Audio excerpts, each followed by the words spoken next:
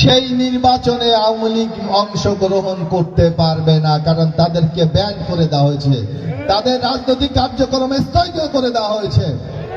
তাইলে সম্মানিত উপস্থিতি, যদি বিএনপি আওয়ামী লীগ না থাকে তাইলে বাংলাদেশের সবচেয়ে বড় রাজনৈতিক দল কোনটা?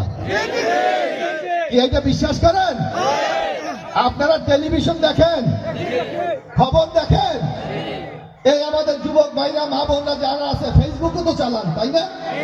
কি চালান? গোপনে গোপনে চালান না? একটু মহিলারা চালান না? তাই নিশ্চয়ই আপনারা দেখেন, বাংলাদেশে যদি ভোট হয়, যদি মানুষ কি বলে টিভিতে যে বিএনপি ক্ষমতায় আসবে নিশ্চিত, কারণ আওয়ামী লীগ নাই। তাইলে আপনারা কি বিশ্বাস করেন আগামী দিনে বিএনপি ক্ষমতায় আসবে? আমার মনে অনেকে বিশ্বাস করেন, একটু হাত তুলে দেখান তো বিশ্বাস করেন। ইনশাল্লাহ বিএনপি দিনে আগামী দিনে রাষ্ট্রীয় ক্ষমতায় যাবে। এখন এই কলাপাড়ায় দেখেন, বাংলাদেশে কোথাও কোনো খোঁজ নাই, বাংলাদেশে কোথাও আমি নাম শুনি নাই।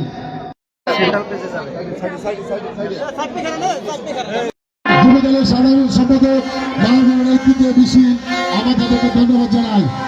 আমরা দেখছি যুবদল হেলাল ফজল ভাই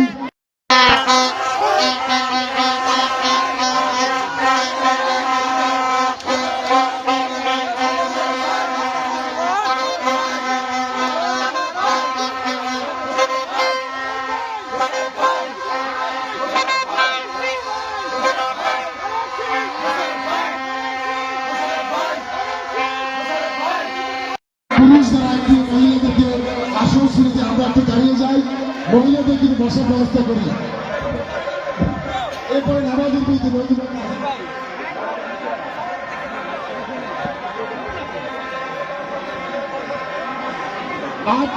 আমিনের নেতৃত্বে স্বেচ্ছাসেবক দল